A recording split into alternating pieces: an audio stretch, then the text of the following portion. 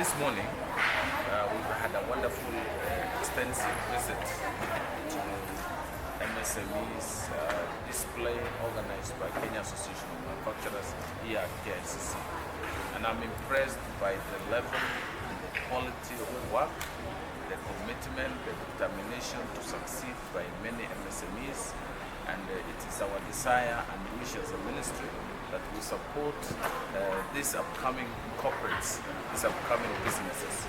We need to look, we've seen many of them at their formative stages, and they are adding value to many of our produce, and it ties very well with the bottom-up economic transformation agenda, and milk and textile, cotton, and we've also seen millets, and even we've seen butternut, instant porridge. All this, they can feed schools, early child development. They can feed schools, they can support government education, and all these are intended towards supporting, improving the wealth of our producers, supporting farmers, and also adding value.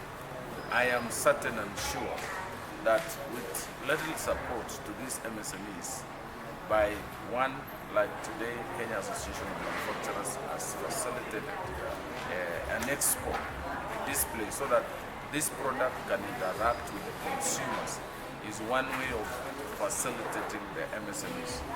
And so it's my desire and hope that we could come up with a proper partnership. I've listened to their issues. One of them is about taxes. The turnover tax is a big issue. The procedures, the protocols to be followed is just as long and winding like any other tax payment. And so we as a ministry will then articulate these issues before our tax authority so that we lessen the processes involved in terms of facilitating tax payment. The other issue that I've noted is the incubation of these businesses. We have Kirdi, we have Kenya Industry Estates, but it seems now the spaces are getting overstretched, and we are getting more emerging businesses. That is something that again we need to look at and see possibilities of expanding and even commissioning the structures that are already done but not commissioned, so that we can avail more space for our MSMEs. The other issue that I've heard from these MSMEs is about financial support. The Africa Exim Bank, Africa Export Bank, that we have seen here, can play a bigger role in opening up the borders, opening up markets, intra-Africa trade, inter-country trade, and intra-countries, the East African community. On 5th to 15th of December, we will be, as an East African community, be running our routine, our annual MSME exhibition in Burundi. We will be in Bujumbura for 2 weeks, and we expect 300 Kenyan MSMEs to participate.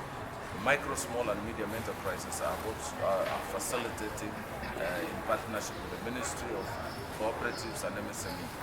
And this is intended to avail these products in our region so that we can scale up, so that we can expand our production. The last thing I've noted is there is need for big capacity building, especially among the MSMEs, the people running, supporting the founders.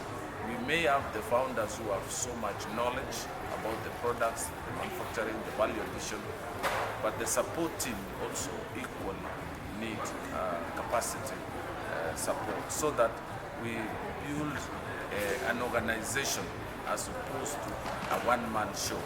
This way we can be sure of growing our business and even increasing our bottom line. So basically, I'm excited by what is here.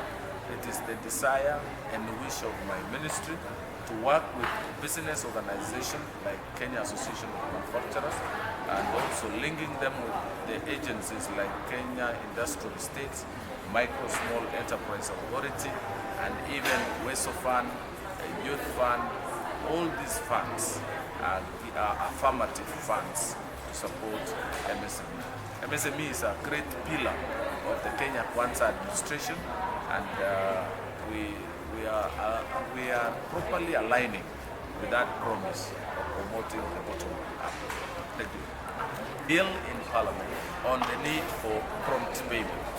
Many of our enterprises have closed shop because of delayed payments, because of prolonged payment periods.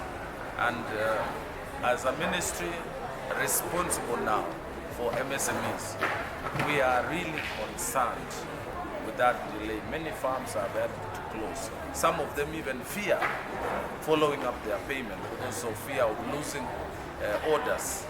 And so it is important to set up a policy to promote prompt payment, even possibly split payment, pay even twice a month, so that the SMEs can access their cash flow, their working capital, and sustain.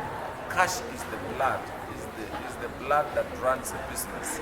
Any delay, 120 days, 90 days, is really unacceptable. It's really unacceptable for MSMEs. So I want to commit to these MSMEs here in KICC today that we will take up as a ministry.